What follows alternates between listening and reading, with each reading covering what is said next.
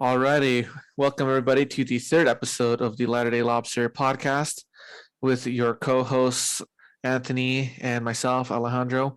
Today we have the honor and privilege of having Milton McLeland. Is it McLeland or McLeland? I've heard it both ways. Oh yeah, okay, awesome. So And for those of you who get that reference, that makes me happier. So I'm actually very excited to be here, especially with Milton, because I haven't gone to therapy in several months, and this is just my free therapy session with Milton here. Just so we're clear, I'm not disclosing a thing. I have violated no federal law. That's right. So, anyways, we wanted you to be on the podcast because we have the Lobster Conference coming up, and Roots Counseling is sponsoring the Lobster Conference. So thank you guys so much. You guys have been so helpful with so many things. So shout out to Roots Counseling. If you guys are in the Cedar area and need a therapist, please check out Roots Counseling. Cedar nothing. We are worldwide with some of our services. Really? No way. We do statewide for all of our counseling. That's awesome. Okay, there you go. Worldwide. Anyone who needs therapy, please contact Milton. I've worked with him. The worldwide stuff is coaching. We have to call it coaching. Right, of course, yeah. Because somehow my powers of counseling stop at the boundaries of the state of Utah. Yes, according to this piece of paper, section, right? Right. I'm a whole tangent about that. Yeah. This is not LDS Anarchist podcast, so we'll come back to that later. No, yeah, highly recommend. You guys are awesome. And we're excited that we're going to have you at Lobster Conference, but we'll just jump right into it. Milton, go ahead and introduce yourself a little bit and kind of your background and stuff. So I am Milton McLleland. I got my master's with my wife in 2012 in mental health counseling. We went to that esteemed institution, the University of Phoenix, otherwise known as Degree Factory. It was great. Actually, it was a really good experience there. They had a lot of professional counselors who were the professors. So we got real hands-on experience and real people doing the job. We've been in that field since then. We moved to Cedar City in that time frame. I actually got fired from my first counseling job. That's always like the way you want to start your career. They said I was too narcissistic and I hated women. So that was news to me about the hating women. I think I already knew about the narcissism. We worked for the Medicaid provider I worked there for 6 years. My wife worked there for 5. And we finally decided that we were going to start doing our own practice full time. We'd been doing a little bit on the side. So technically Roots Counseling has been around for 5 years, but we've been doing it full time now for just over 2.5, 3. And we love it. It drives us nuts because not one of our graduate school classes taught us how to do business, which is awesome. So we've messed up many. Our poor accountant is just a lifesaver. I fell into Jordan Peterson. Is that what you wanted to talk about too? Like what got me into Jordan Peterson? Sure. So I was like one of the first earlier members. Like it was Morgan and you guys, and then I came along slowly, and we were actually still doing the book club at the time. Like we were going through 12 Rules for Life as a group. I think we stopped after like Rule 6 and it kind of dissipated, which was too bad. We should probably start that back up again. I fell into Jordan Peterson kind of like everyone else. I didn't know who he was. And in fact, I hated Jung. All through graduate school, I didn't want anything to do with anything that smelled of Freudian therapy. Nothing. So I couldn't stand Jung. I was a cognitive behavior therapist. I fell into DBT rather early, which is a dialectical behavior therapy, which is like mindfulness mixed with cognitive behavior therapy. And so I just, Jung was persona non grata, and I didn't care about dreams or anything. Started listening to Peterson on podcast and just, friends sharing YouTube clips and whatnot. And like everyone else, I just became enamored with everything he was saying. Everything made sense. I started incorporating all of his stuff into my therapy with my clients. Then he came to Salt Lake. We had that cool event that Alejandro always forgets that I was there. which it hurts right here. And that was such a cool event because we had like priesthood meeting going on down the streets, and then we had all of us going to like our priesthood meeting. No, and And it here's was the just- thing too. This is what was even cooler. I think that was also the year and that Kanye West. Yep. Kanye. The Trinity. Yeah, it was synchronicity. Kanye Like that's the definition of synchronicity right there. Is Which one's the Holy Spirit? probably and Kanye. Yeah. Probably. So yeah, it was a crazy moment. And I just kind of hung around ever since. And I really I use Peterson all the time in my counseling. I'll pull up discussions that are like YouTube clips and use it with my clients often, because he just has such a way of explaining things that really connect with people and help them realize that they're going to be okay. So my son is about to get in the car. We are actually on our way to the BYU Utah football game. And so I apologize for all of the drinks that you will see. My full-on addiction right now is very much Coke Zero. So That's a good addiction. At least it's not Mountain Dew, the devil's water. I have that too. Diet Mountain Dew is an amazing thing, but fountain Diet Mountain Dew is not the same. Yeah, we have cans if of you Mountain Dew, like understand. Voltage, all the different ones are so good. Absolutely. I just had a question with what you said about Peterson using that in your practice. Like, have you seen like it make a difference from when you started kind of using and incorporating what he shared before, you started using that? Like, has it seemed to help people? For to disclose with that, It's helped a lot in my private practice. In the Medicaid provider, I was a little bit more structured there. Sorry, Yeah. I'm not going to be looking at the camera as much, guys, You're because good. I think it's kind of important that I not die. Yeah. So it wasn't exactly like useful there because the clientele is different. It was, we worked with the most chronically mentally ill at Southwest. So I'm dealing with people who've been in therapy for 20 years. So a Peterson presentation is not going to carry as much weight with them. But in my private practice, where I've been able to work with, kind of everyday people, if you will, that's been really helpful because they want some kind of everyday answer. And especially with the people who are struggling with religion, Peterson's take on things that I function as if God exists. That's been one of those tools that has been really helpful for a lot of members who are struggling with the faith right now. It's given them a real good middle path to use. That's way awesome. That's so cool. It is interesting. I think one of the reasons why I think the Latter-day Lobster group is such a fun group to be in and the discussion is so lively is because we do, we're living through kind of like this period of like history within our church where, there's kind of like this faith crisis at our doorstep. And, we don't have the official numbers, but, it's pretty much understood that people are leaving in droves. I wouldn't even say that. I think it's not that bad, but it seems to be that bad. There's a feeling It's definitely bleeding out, that kind it's really, yeah, different spots are kind of bleeding out, I would say. I agree. I Can be think forgiven when for we, that metaphor. yeah, well, I work with people who are parasuicidal all the time. So that's kind of my forte. And so bleeding out is something I deal with often. But I posted the article today about the LGBTQ suicide rate in the LDS population.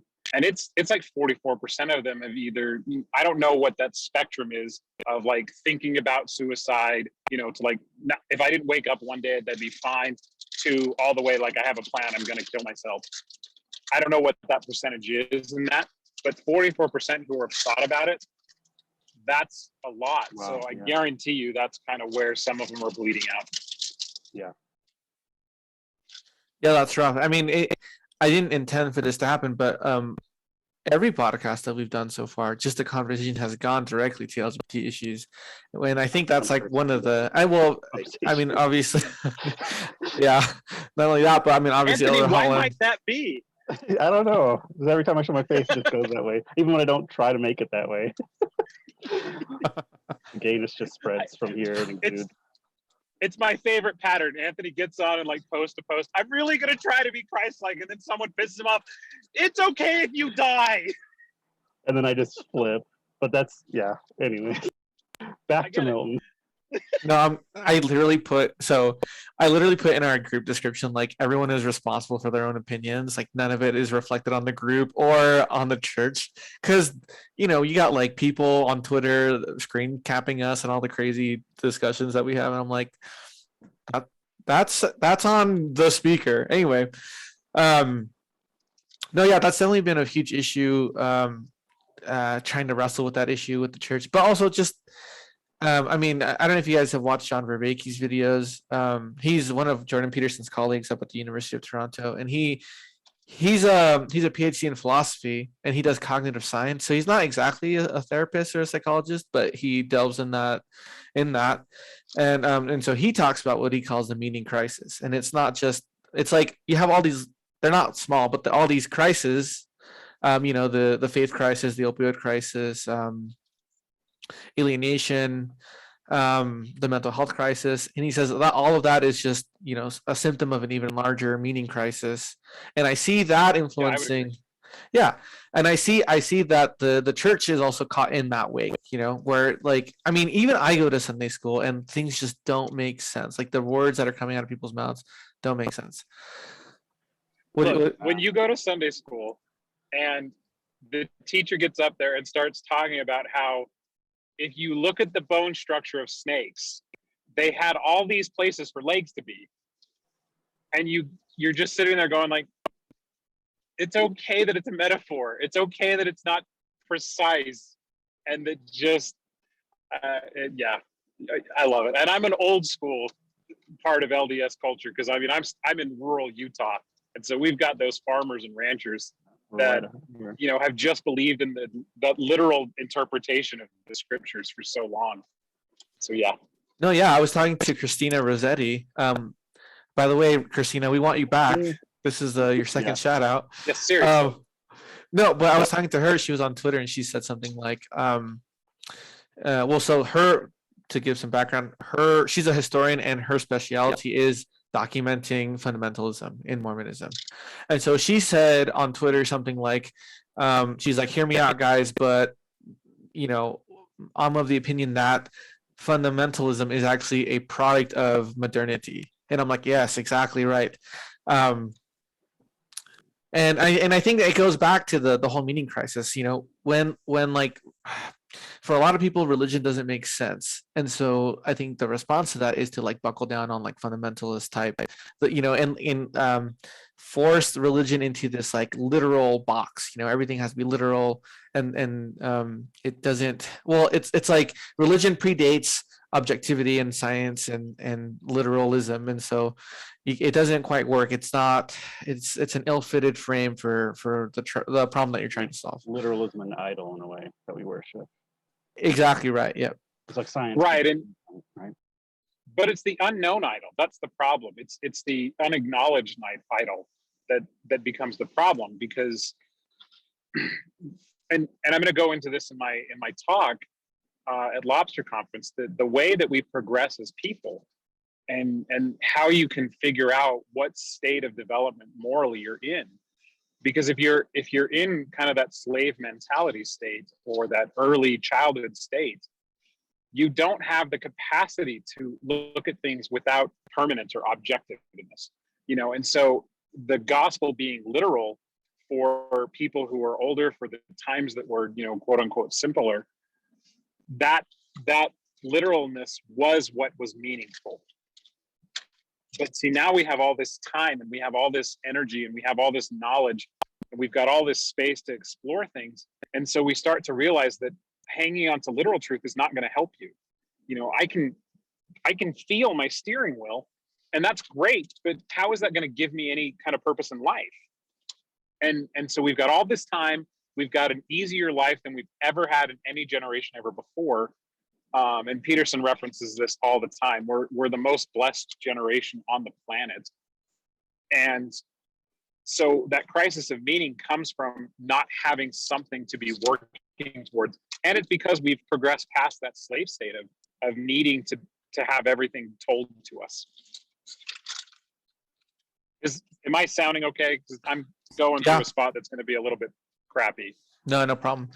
No, yeah, I totally agree. I think it's I know the problem is multifaceted, and so I think it's hard to like give a one sentence answer or like say this is the solution because there's so many things going on to it, and so it's also hard to address kind of what you're talking about. But I think that's one of the things I love about the group that we have and the conference that we're having is we're all approaching things from a different angle. um, and so I mean, because I look at this problem and I think, okay, like I don't know, there's that part of my brain that wants to be right, and wants to be correct, Oh yeah. and so I'm like, okay, well, let's flex my apologetic muscles and see if I can convince you logically that the church is true, and then that only goes so far. On the last podcast we were talking about kind of like meta narratives and myths, and what's the story in which people fit, especially people who are LGBT. We don't really have a meta narrative for them within the church, and that's really hard because that meta narrative gives you meaning. Well, and you go back there again to that literalist. God created Adam and Eve, not Adam and Steve, and that literal kind of old timey thinking that we had one story that explains everything. Right. Yeah. That and see, when I hear that, and I'm sure when others hear that, it sounds so off-putting. It's like, what? How could there be any other story? Oh yeah, what do you mean? As a kid, as a teenager, I used to say it. I mean, as a little, crazy hardcore conservative who, was just grown up in the church, who very much had that one track story. I mean, I grew up in Salt Lake, right down the street from everything, and my ancestors came across the plains. McLeland Street was named for one of the first bishops in Salt Lake. That's my great grandpa. So I mean, that heritage and that story, and think about how we used to talk about the pioneer story. Like, we got the book Our Heritage in Sunday school. Like, it was handed to us. So we were not just given the one story for all the religious teachings. We were given the one story for our pioneer heritage as well. And so where do people who don't fit in those boxes, who don't fit in the, sons and daughters of the pioneer box, how do they connect with this narrative? I think we have to grapple with that a lot, especially as we become more of a worldwide church, right? And then different people, different ideas that they're coming into the church with. We see more of those talks like gospel culture, right? I think like maybe Oaks has some sort of talk where he's like, or somebody, but basically saying, like, whatever is good in your culture and lines up with the gospel, we'll take it. Otherwise, if it's not a good thing, like for instance, President Nelson talked not too recently about dowries, right, as being not in line with what the gospel would want. And I think a lot of people in, Africa, I mean, I can't speak for them, but would probably be relieved to not have to worry about dowries. So just things like that, or like Elder Uchtdorf's talk seemed to be a lot about, including, different people. And we see it in Elder Suarez, and just, I feel like we're getting more of those narratives than even when I was growing up, or not when I was growing up, but when I was a youth in the church, around 16 back in 2007. Well, and so funny story, like one of the APs in my mission was Elder Eyring's nephew. And he told us the story of like when Elder Eyring got called to be a member of the 12, and like he called his whole family together and he said, look, everything I own is signed over to the church now. You guys don't have an inheritance. It now belongs to the church. And so that idea that dowry is, not in line with the gospel. Yeah, because they give away everything they have. Yeah, makes sense. Consecration, I guess. Yeah. That's nuts. It's like, I don't know if I want to do that. I'm okay not being a 12. All right.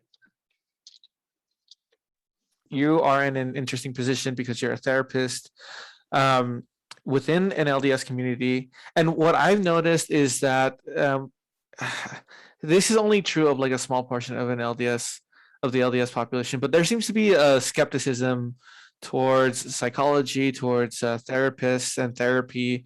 And so tell me about that. Have you experienced that? Have you addressed that? Oh, so the moment we got our master's degrees, and we were like fully, allowed to like do things, the family members that would stop talking to us became very interesting. because they did not want to be diagnosed. Little did they know, we diagnosed everyone a long time ago. So, that was like first year grad school. The conflict that we often have, especially with like my parents' generation, my mother-in-law and my wife's parents, or like her mom, is the old school attitude was, especially in the Beehive state, is if you have a problem, you work harder. If you have depression, you pull yourself up by your bootstraps. In fact, Elder Holland used that term in my mission in Brazil, and the translator just looked at him like, I have nothing to, I can't translate that. It doesn't make any sense to anyone, because they don't have that kind of terminology in Brazil. You don't have that idea that you're just supposed to work harder to get through hard things. And so when we talk about, look, this is why someone's acting this way, this is why someone's functioning this way, and we like kind of lay out the behavior patterns of people and say, well, yeah, it's related to their diagnoses. There's also an attitude of, that's just making excuses. So one, there's no function for anything in the church. And so there's no function for any bad behavior. It's just bad behavior. And two, if you need therapy, it's you haven't been faithful enough. You haven't worked hard enough. I'm in recovery from addiction. I'm pretty open about that. I've been in recovery now since we've moved to Cedar. Solid recovery for about 7.5 years now. And it's from sexual addictions.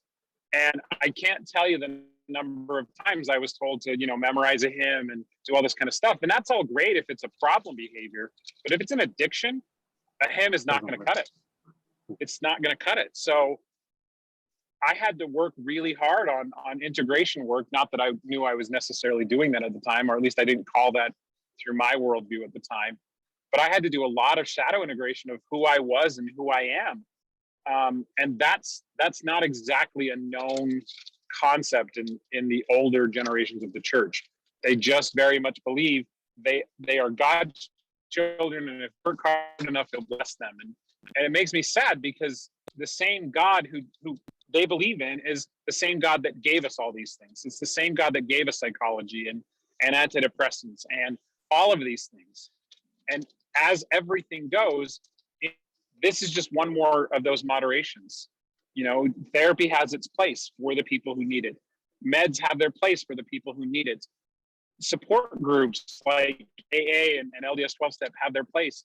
And then sometimes Relief Society, ministering sisters and ministering brothers can be the answer. But let's look at all the roads instead of just one. Work hard and have more faith. I love that. Thanks for sharing all that. Another thing I'm curious with, that especially as we think about Peterson and how he's kind of like been involved in politics, and even just like the different ideologies among therapists, even just focusing on LDS therapists, there's been some high profile things with Natasha Harper-Parker, and there's, a lot of therapists who are kind of like spooked by that and said like, am I going to be okay, like in my church standing as a therapist? How do you kind of like navigate the political side of, I guess, therapy? Because I've heard a lot of talk about, there's some more conservative leaning therapists, some more liberal, like where do you kind of see as the path ahead with that? I'm not worried, because I'm fairly libertarian. So, I mean, most of my freedom ideas line up with, the vast majority of the church, at least in the US and especially in Utah. In fact, I was just at basically a giant rally to try to get the mayor that I want elected in my city, flipping burgers and handing out crap so that people elect him. So I'm pretty active politically. But was Natasha the one that got excommunicated in Kentucky? Yeah, they wanted her to come back to, I think, her home. Yeah. I think so that was an interesting case. And Dr. Julie Hanks kind of rides this line a lot as a famous therapist. And there are those out there who worry about this. I literally called my bishop after I basically worked through with the clients of like, it was clear this client wanted to leave the gospel, but they just wouldn't say it. And I called my bishop after. He happens to be a therapist too, so that makes it a lot easier. Like, am I okay? I just basically gave the green light. Not that I gave the green light, but I was very much supportive of this person following what their values were. Yeah. And the Natasha thing was going on at that time. So I was worried. When you look at cases like her, she's literally going out there and saying certain things aren't sins. And so that's then transforming the meaning of words. And the problem is that sin shouldn't carry with it this degree of shame and whatnot. Shame has a function and it has a place, but it shouldn't be that every sin is shameful. We should know that something is sin because it removes us. It removes us from God, not God removing himself from us. I like that. And so the idea that, like masturbation is kind of the big thing that she talked about. The masturbation's not a sin. Okay, well, it is a sin because I am indulging in myself. I am very much giving myself permission to love me more than everyone else. That can be sinful. I don't think it's always a sin. And I'm not guessing that, the first time I masturbated, it's not like I did that because, I'm standing against God. I did it because it was a natural inclination to do. Right. And this is me publicly admitting I masturbated in life. And I'm sorry if this is news for people. Everybody, no. every guy, I'm pretty sure has. I've never heard of this before. Yeah, I don't know what you're talking about. cover your ears, Alejandro.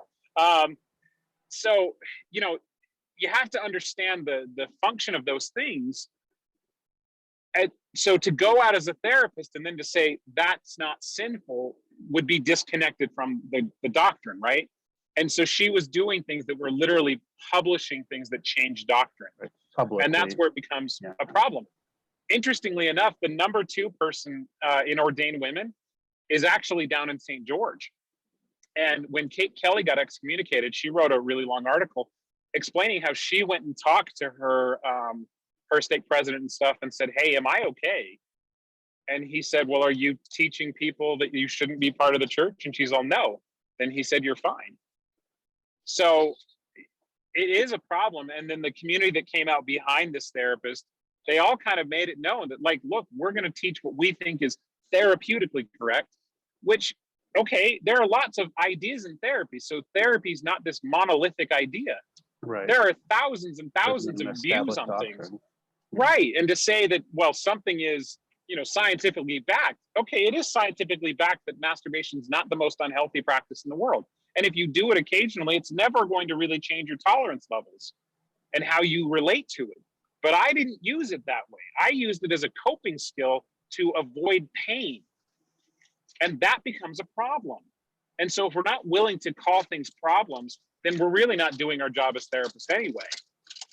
So there was a whole big community that came out in support of her. It was all the marriage and family therapists signed a letter, but then there were a bunch of marriage and family therapists who published articles who were part of that same community that said, no, we don't teach anything like that. And just because it's scientifically backed or just because it's, evidence-based, quote unquote, doesn't mean that we have to use it. We still benefit by standing up for our values and magnifying our values through our therapy. Yeah. Everyone knows that I'm an LDS person who does therapy. Yeah. And pretty much everyone who sees me in my office knows that the reason I chose dialectical behavior therapy is because for me personally, it helped me connect with my faith in ways that nothing else ever had. So that became a very special bond for me. And I think that's what happens with a lot of therapists. But the problem is if they choose a therapy that very much leans towards worldly thinking, it easily guides them away from the faith. For sure. And I think of, a famous LDS psychologist, Bergen, who actually talked a lot about values in psychotherapy. And his kind of take, from what I understand it, was that you should be, as a therapist, open about what your values are. So that way, if it doesn't align with your clients, they can go somewhere else. Or even like what you're saying, maybe somebody feels like it's healthy for them to leave the church. It's like, okay, but I'm not going to tell you to do that. I'm here to help you work through what your values are and what you want to do. And so I feel like there can be that kind of line that you ride, right? But I do think it would be good in general if more therapists are just open about this is how I see things, these are my values, and that's going to influence my therapy. If that's not something that jives with you, okay, that's fine. Let me find you somebody else, And that's not a common discussion. In fact, in grad school, we were discouraged from openly disclosing. In fact, I had a really big fallout with one of my favorite professors because I was like, if someone comes in and asks me if I'm LDS, I'm not going to hide it. I'm going to be open about it. And so when someone tells me I don't want an LDS therapist, it's my almost obligation to say, well, I'm not an LDS therapist.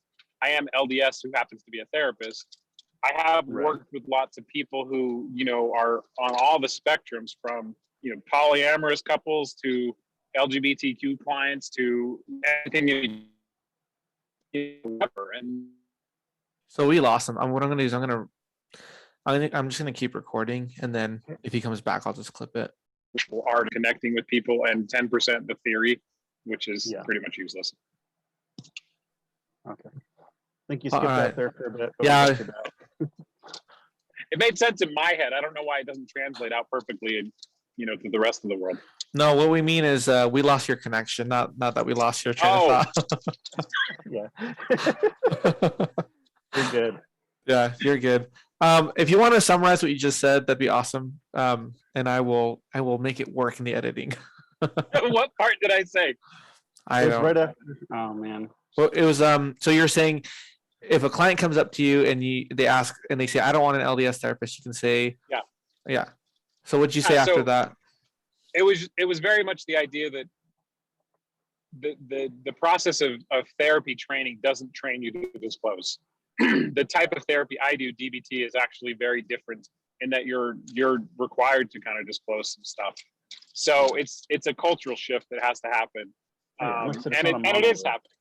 Yeah, that's good. Yeah, and the idea that really what makes therapy work is the connection with the client. It really has very little to do with the actual theory you used. In fact, Jordan even says this: as long as you use the same structure every time, that really is all that matters. So you can really use any therapeutic approach, and it will basically work as long as the relationship is there. I would argue it's more of an art than a science. You know, like even Sigmund 100%. talks about, he was a philosopher of psychology basically, and he said, you know, like we should think of it in terms of social studies, not social sciences. And that was pretty controversial, I'm sure, even today. But I really do believe that there's an art or a magic to therapy. You know, even there's been some psychologists who talked about that. So. Oh, that's the alchemy piece of therapy is just awesome. Yeah. So that's really interesting because Jordan Peterson, when he talks in his personality course, he says something like he uses a similar metaphor. He doesn't say it's art or alchemy, but he said it's more like engineering, where you. So here's the thing that I'm kind of like, I have a concern about. So if you're going into therapy, you as a therapist can't impose your values onto your clients. You're there to work. That's the theory. Oh, that's the theory. Okay. But the reality is that you have to give them some type of structure. Well, so there again, take Naomi and people like Dr. Hanks. Tell me that their philosophy is not being put into their therapy. They're very open about their liberalism. They're very open about, I mean, Dr. Hanks's new product is partnerships, not patriarchy. I mean, that's what she's selling as part of her, you know, her brand, which God bless her, sell whatever you want. But to tell me that that's not mixing into her therapy, that's ridiculous. You are absolutely out. Yeah. What's that? I was just saying all therapies are based on some sort of values, whether we want to admit it or not. Right. We're and all even Carl Rogers, you know, he's like, oh, I don't have, you know, like that's a value in itself, you know, saying, oh, everything you do is up to you. Right. Unconditional positive regard is not unconditional. We are conditional creatures. I do not like unconditional positive regard. But anyways, yeah. Rogers is one of my least favorite therapists. That's funny because I like I like what Rogers did to the field. Oh, yeah, I think there's some good things about the client relationship that he talks about for sure. And Maslow's, which is very much in Rogers' line of thinking, that theory of moral development is to me the most useful theory out there. So there was a lot of things that were good about it, but I get there's a lot of things that are kind of, you know. But maybe I'm weird because I like Gestalt, where they like kind of just are there in the present, pointing things out, making people uncomfortable. Yeah, and ACT therapy is actually kind of the outgrowth of Gestalt therapy, acceptance and commitment therapy. In fact, we went through a training and all my old time therapist buddies were like, oh yeah, we did this all in Gestalt training. So and nothing's new. Nothing's new. Nothing's new. So one of the things that Jordan talks about is he has his lectures, the psychological significance of the Bible, and he goes through Genesis, and we are waiting for him to do Exodus, and I think that's what you're going to tackle at Lobster Conference. Yeah, so now I'm afraid, right? Like he's gonna go do Exodus after I've done it. And it's gonna I'm gonna feel so small because that guy just has a brain that I think he's got to be in the 25% of usage of his brain. I would not doubt it. If he's not moving stuff with his mind yet, I don't know, what else is going on. I'm trying to remember what my question was. Okay. So one of the things that he argues in his biblical lectures is he sort of talks about this at a sort of cultural and societal level, where as we drift away and are kind of like divorced from the Christian story, we could become, like we're left without a rudder and we're kind of aimless. And that's kind of like what John Vervaeke is kind of arguing with his meaning crisis framework. Those two have a very different approach to the problem. So Jordan Peterson says something like, well, no, we need to sort of revivify our tradition and extract from our tradition the best of it, and kind of like polish it up and make it useful for us again. But John Vervaeke would say, no, what we need is a religion that's not a religion, and he'll incorporate things like Zen and Buddhism and kind of like an eclectic mix of all sorts of traditions to kind of create we need a religion that's not a religion, so we're going to go back to one of the oldest religions in the world to prove that. Got it. Yep. So with your clients who maybe experience like a crisis in faith, what have you seen has been really helpful in kind of like navigating that type of a transition? And then I'm asking you specifically because there's another famous psychologist. I think he can no longer practice because of sexual assault allegations, and you know who I'm talking about, right? He has a very popular podcast that has the Mormon Stories host. Oh, Dylan. Yeah, Dylan. So no longer Dr. Dylan, but just professor. I don't even think I don't know what he is, because his dissertation has bad data in it, and which he openly admits in his dissertation, and then he can no longer practice therapy because of the sexual assault allegations that were brought to the board. So, and his approach to faith crisis is, just leave the church, leave it behind. We're all better off without it. But then spend all my time thinking about it. Yeah, exactly. Yeah. So he's never really right. I didn't hear what you say, Anthony. I said I'm not leaving the church just because I don't like certain things. I'm stubborn as hell. I think that's where I come from. Yeah. So that's interesting because you can actually see in like Dylan's group, they've never detached. They still actually find meaning in the church. And in fact, if you look at the spectrum of love, the opposite of love is not hate. The opposite of love is indifference. They're on the hate spectrum. So they're like in the up and down scale of love. And over here is indifference. If they didn't love it anymore, they would be indifference. And so they still have to draw their meaning from this connection to their faith, or lack of connection to their faith. So that's interesting. When I look at my clients who I've worked with, so DBT is actually heavily influenced by Zen. The lady who wrote it became a Zen master, and a lot of Zen influences in the skills and the mindfulness training and things like that. So I'm very much connected with Zen philosophy. And in fact, sorry if I want to make sure I get your question right, Alejandro. It's what am I seeing in my clients who are struggling with this meaning question? No, so I'm asking what has helped them. What has helped them the most? Now, before you go on, you did cut out, so you're gonna have to repeat your last point succinctly. Okay, sorry. No problem. What I was saying. What did you get the stuff about Dylan? Yes, and then you started talking about how the DBT was influenced by Zen, and then you cut it out. Yeah, so Marsha Linehan, the lady who wrote DBT, who actually has borderline personality disorder, so she used her survival strategies to basically put together a therapy. And one of the things that was a heavy influence for her was Zen and Zen Buddhism and those practices. And she went to monasteries and learned all of it. And became a Zen master at some point. So I'm pretty connected. One of the, and it kind of goes into rule 7 of Jordan Peterson's book, live a meaningful life, not an expedient one. That's what we really help them do, is we help them find meaning in whatever they're going through. And I think that's kind of the starting point, because I don't actually think that's the ending point.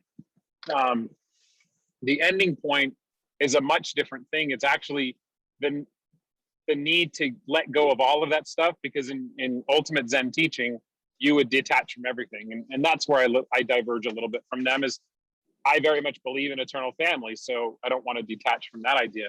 So I think there's some ways to have a middle ground on it. But for them, finding meaning in this evolution, we use the example of the caterpillar all the time. To really understand what it takes to become a butterfly, you literally break down to goo.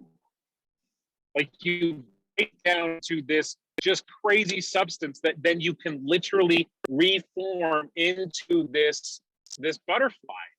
And so what about this experience of whether it's a faith crisis or whether it's becoming more connected with their faith and working through the traumas of the past, what is it about the process that's breaking you down to goo, letting go of all the things that you had before you, and then reforming into the person that you ultimately want to be? And then according to Maslow, that self-actualized version of yourself. That's the piece people figure out what their version of a butterfly is. In DBT, they call it building a life worth living. Yeah, I love that focus on authenticity and like that whole metamorphosis idea. That's interesting. I didn't really know too much about the caterpillar going in a goo and then coming back. But yeah, I'd say a faith crisis definitely can feel like that. There we go. There we go. Stupid spot right behind, as you come through Beaver. Oh yeah, a little turn around the mountain just kills you. No worries. I lost both of you at one point, so hopefully it's not too disconnected in the recording. But so did you? So let me see if I understood. So one of the things that has helped your clients the most is to help them understand or find meaning in whatever they're going through, and then kind of using the techniques of DBT to help them build a life that is worth living on, by their definition. I think that's great. I wonder. So I know for me it's so hard to. I think for a lot of traditional members, it's so hard to imagine a life outside the church, because the church, it informs everything about my life, and so it's hard for me not just to. that; it's every social connection. Mm-hmm. Right. It's every historical connection. That's nuts. Yeah. And we talk about this a little bit, like on our missions, where you baptize someone and you hear the story of their family abandons them, because they became LDS. Well, the reverse thing is happening for someone who's leaving the faith. That actually, it was the best the best talk I heard on this was from DeLynn at one of the mental health conferences that I attended. He was talking about what it is to leave the faith and what are all the things that happen to people when they leave the faith. You're not only losing, you're not only, gaining 10% of your income, although you lose it pretty quickly the moment you start drinking. You're gaining, you're losing family tradition, you're losing family connection. And for a lot of people, they're constantly told, you have now broken the chain of eternity, as if we were that powerful. So it's so crazy to think of the consequences and to watch my clients go through this. Like, what do they do at baptisms? How do we support these things? If we think that it's brainwashing, then, and they're kind of bitter about the fact that they felt brainwashed themselves, how do we support our siblings getting baptized or getting blessed or getting the priesthood when you're not old enough to make that decision? There's a lot of the resentment piece, and that's really part of the grieving process, right? If you look at it, it's just the stages of grief. If you go through that effectively, then on the other side, you can have real healing. But the people who get stuck in the grieving process, who get stuck in the anger and don't actually get to the bargaining phase and the sadness phase, they really struggle because they just, I was talking about this with a friend yesterday. It's easier to be angry at something else than to deal with the truth of what we're facing. Yes. And it's a lot of loss. It's grief. So it's really interesting to me to hear how people deal with grief and deal with these emotions, and they do it. I mean, of course, it's the only lens that they have is to do it through an LDS framework, and also not just an LDS framework, but a dogmatic LDS framework. And Yes. so one of the things that a family member told me once was that when she was talking to her therapist when she left the church, her therapist told her something like, "Well, the church was a frame that made sense at the time, right? Let's say, when she was 14 and in seminary, but now it no longer makes sense for you to like inhabit that frame. And so you need to abandon the frame."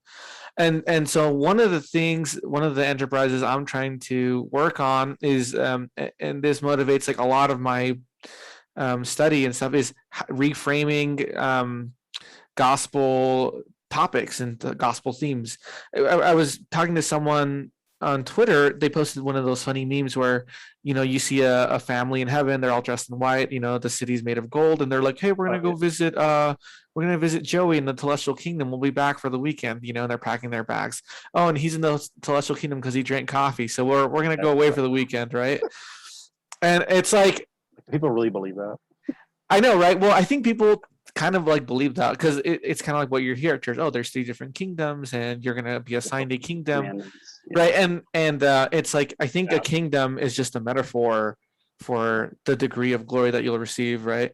But it's like literalistic view of the kingdoms. Exactly. And so it's like, my hope is that, well, if we were to reframe some of these topics like sin and shame and the afterlife, and I have some thoughts about the afterlife too, but I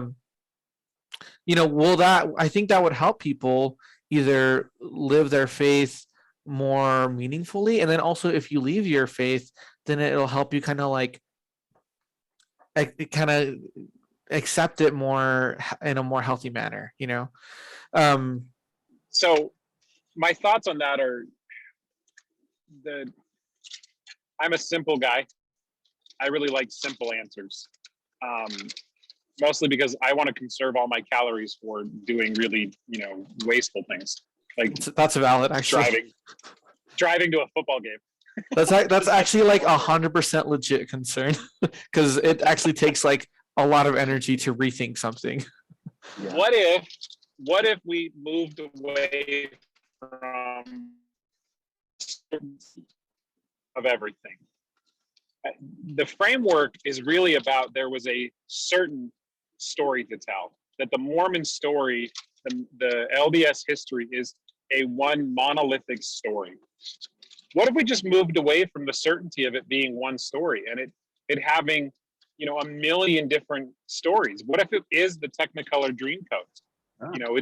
It's colored with every shade, and instead we have this certain narrative, we have lots of narratives that make up the faith. I mean, that's kind of what Joseph Smith wanted. He wanted us to be this church that had these ordinances and principles, things that were needed to get to heaven and were needed to live in the celestial kingdom, apparently, as far as we know, right? But ultimately, the way you lived it was because you had found what works for you. And that's... We govern ourselves, right? Isn't that what he said? Mm-hmm. Mm-hmm. And so I think the way that we can get away from it, that we don't even have to do all the reframing. We can actually just get away from it's certainly the one true church. How about it has the full authority of God? And then all the other stuff we get to figure out. And if we just started there and made it really simple, how would that help so many people going forward, that they don't have to have this complete testimony that this is the one true church. I got up in fasting testimony meeting a month ago, and we had the person who got up and like, every fiber of my being, it's true. Then we got up and like, there was the person who was much more like, I have doubts. And then I got up and I tried to be the middle guy between all of them. I'm like, I just accept that everyone's imperfect and I'm imperfect. And the scriptures are full of imperfect examples. And I have a belief in the gospel of Jesus Christ, and I don't always believe the church. And I think both can exist, because I don't have to believe the church institution and the story of it to have faith in it. I have faith in Christ. As far as I believe, Christ asked me to live these ordinances and gospel. And so that's what I'm going to do. And then everything else is up in the air. Yeah, I feel like we're kind of losing that middle ground in some ways. As I feel like, there's all those talks of like, us versus the world, and like you're not going to be able to stay, in the middle. And so I can see how that kind of like interferes, because people either think, oh, well, you're going to just leave the church and become this apostate who hates the church, or you're going to be this fundamentalist, judging everybody else, like look for apostasy. And it's like, can there be that kind of middle ground where we're working through things? And sometimes it seems like there's mixed messaging from the church, even from the leadership at times, of like, yeah, we want to welcome all people to the table, and if you have questions, it's okay. Also, the middle ground's disappearing. It's like, okay, which one is it? So if I look at the different functions, a big part of DBT, so I use that word a lot. If I look at the function of the office of the leadership, right, their job is to say the narrative. The problem is the idea that they can't screw up. Oh, did you lose me? Yeah, just I think you were saying the function of leadership is this, the problem, and then that's when we lost you. Yeah, so I'll say that again. The function of the leadership is to give the narrative for the church. That's their job. It's not the members' job to just take that and then let that be the narrative for you. They have to speak for the church as a whole. We get to have a personal relationship with Jesus Christ and God. And we get to develop that and figure out what it means. And that means that I don't get up and fast and testimony meeting and try to influence everyone else to see the church through my lens. I get to have that relationship. And I'm not supposed to just drag everyone with me, because that's my version of the gospel that I need. I didn't have everyone else's recovery. I had my recovery. And I went through it the way that I needed to do it. And it doesn't look the same as everyone else's.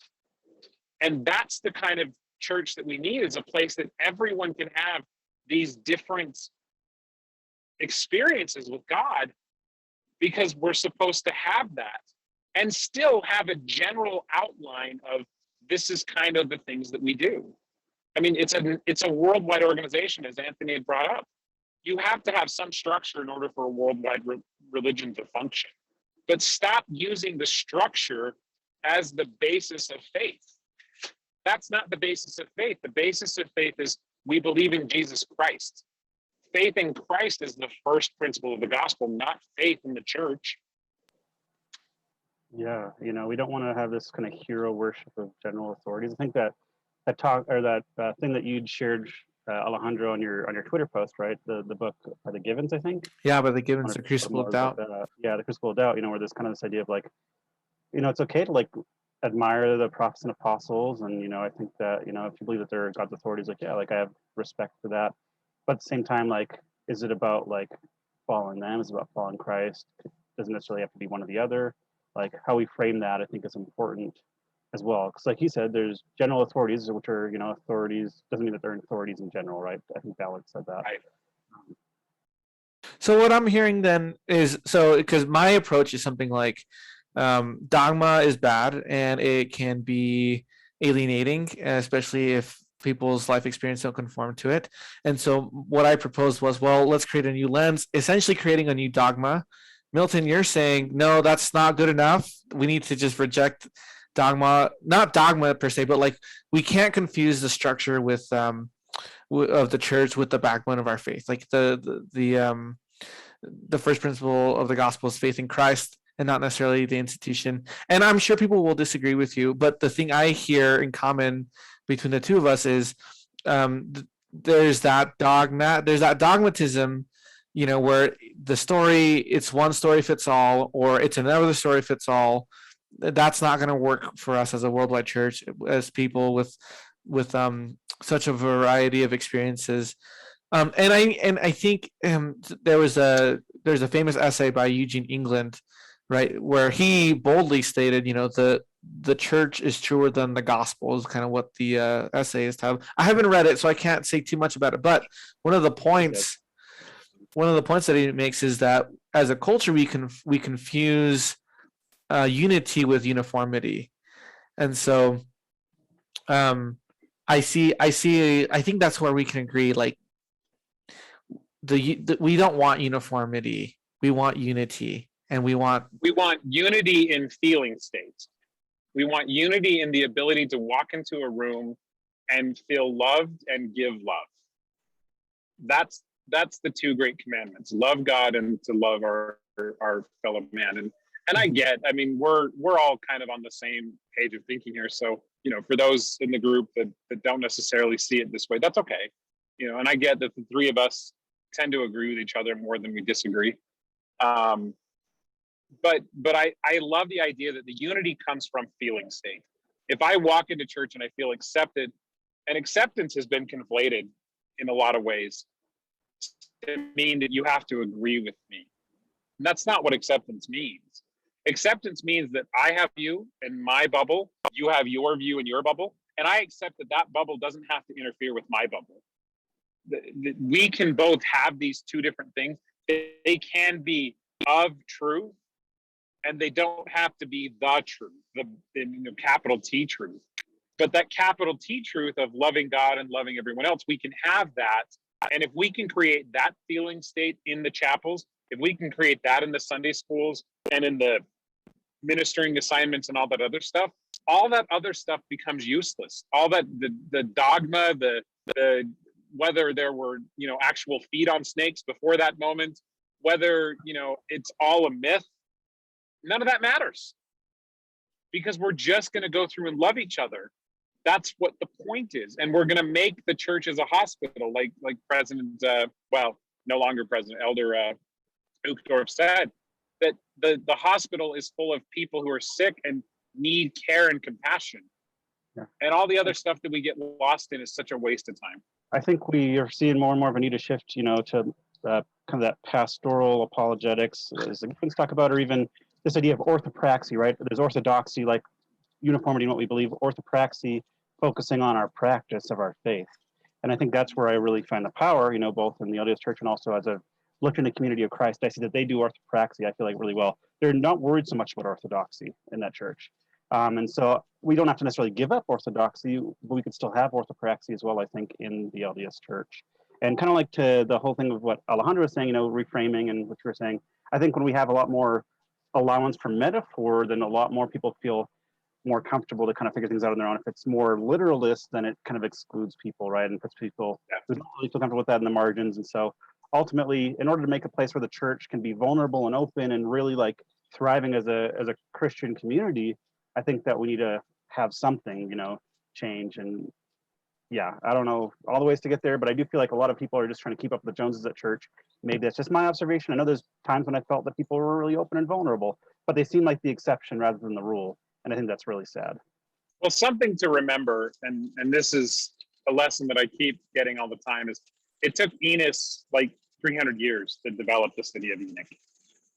It didn't happen overnight. We've been a church for 200 years. I think we get a lot of things right, and I think we've gotten way more things right than we've gotten wrong.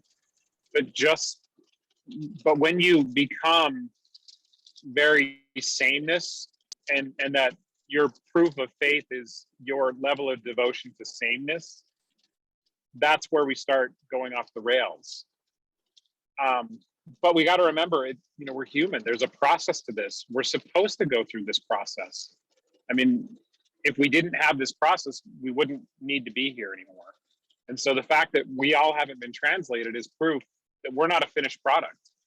It's proof that we're still supposed to be working on things. We haven't reached that moment where God is like, all right, you get to come home now. Whereas the city of Enoch finally got there after 300 years. I think we're a little bit impatient.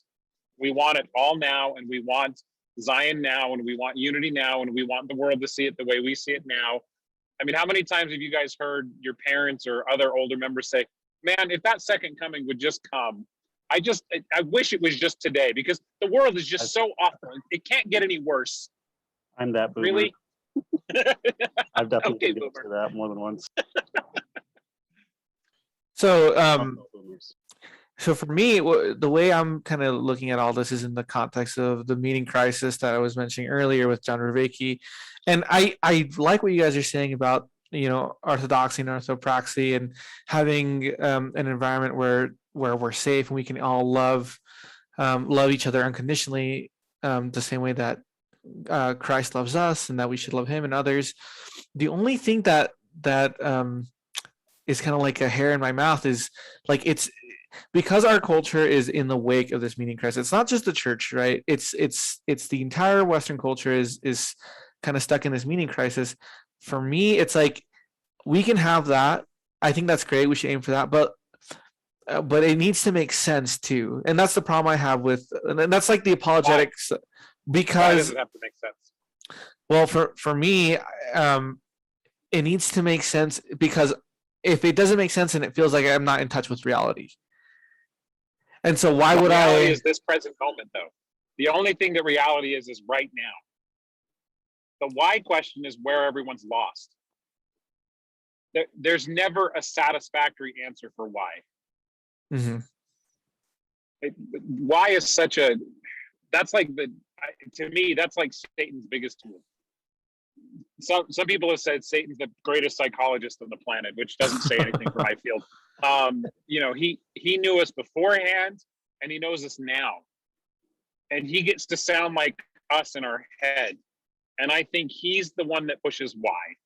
When a little kid, and this is one of the observation techniques or the way we teach observation in DBT, in mindfulness. When a little kid is looking for something, they're asking why, because they actually want to understand interconnectedness. When they say, they look at a flower and they pull it apart and they put it in their mouth and they do all this stuff with it because they're just observing it. They're just experiencing it. And they ask why. They're really just trying to say, how does this work? Adults are not asking why to really say, how does this work most of the time? And this may be a broad generalization, so come at me however you want. I think we ask why a lot of the time because we don't want to face the reality of the now. It's an escape.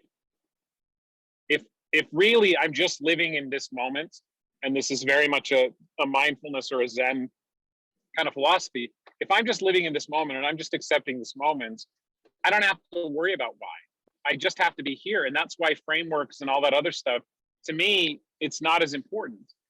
If I've built up enough connection to Christ, I'm going to have the best moment I possibly can have, no matter what happens to me. Even if that moment is, in this moment, someone slams on their brake and I full on plow into them and my airbags deploy and me and my son fly through the windshield or whatever. That's awful. It's tragic. It's, I guess. But the reality is if I lived in this moment and I did everything I could in this moment to make it as effective as I possibly could, that's the best I can do. And that's all God wants from us. That's the problem, is he doesn't want complicated. He wants simple. Okay. Live the best life. Yeah, I actually agree with you on that part, because one of the criticisms that people have is that religion in general places too much emphasis on the afterlife. And if you read the Bible, like, there's really not much mention of an afterlife. And so the people have misplaced their emphasis on whatever's out there, and they don't focus enough on the now. And I agree with you on that. And that makes more sense to me.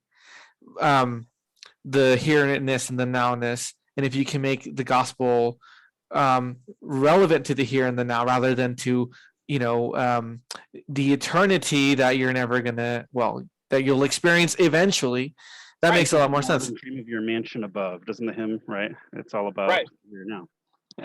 Yeah. Well, isn't this the parable of when the rich man comes to Christ and says, I follow all the commandments, I do everything so well, What do you need me to do next? And the next thing is give up everything you have to the poor and come follow me. That was as much of a now statement as there could have been. It was about letting go of all the things that keep you attached to the world and come follow me, because the work that I'm doing is the most important work that we could do. I don't know if you guys have watched the Chosen. I love it. I think it's a great TV show, and I get it's not based in fact. One of my favorite scenes from The Chosen is season 2, is when the apostles are sitting around the fire, they're arguing, and they're trying to figure things out, because this is all brand new to them. And there's conflict amongst them because Matthew was a tax collector and Peter wasn't, and all this stuff. And they're having all this argument. And then in the background, you see Christ coming in, and they've alluded to him being out there, healing the sick and all that kind of stuff the whole time. And he's just drenched in sweat from head to toe. And he looks at them all and waves at them and says, "Good night." That's the perfect definition of now. He was there doing the work. They were back there trying to figure out who's going to be in charge and what philosophy should be in charge. Okay, yeah, I like that. Yeah, right. More It's meetings. very cool. Doing the whole little joke there. Yeah. Awesome. Well, we got to wrap up pretty soon. So let's see. I think we've covered everything we're going to cover. We didn't talk so much about what you were going to talk about at Lobster Conference. We did mention a bit of Exodus. Can you give us a bit of what we can expect at Lobster Conference on the 26th? I'm going to be contrasting how the children of Israel, the Exodus experience is really the experience of our moral development in life. And that the reason that we, the narrative growing up was, it took them 40 years to get out of the desert. They're obviously so dumb, they had to march around for 40 years. I'm going to actually contrast that with all of our lives and how each one of those stages they went through prepared them so they could actually be the people of God. So I hope it turns out really cool. I'm super excited about it. I'm using Maslow and Lawrence Kohlberg, their stages of moral development, to kind of contrast that from a psychological standpoint. And then, of course, from the spiritual standpoint of how do we then apply this to ourselves and start figuring out which stage of moral development we're actually in, for those of us who thought we were way more advanced, and we're probably not.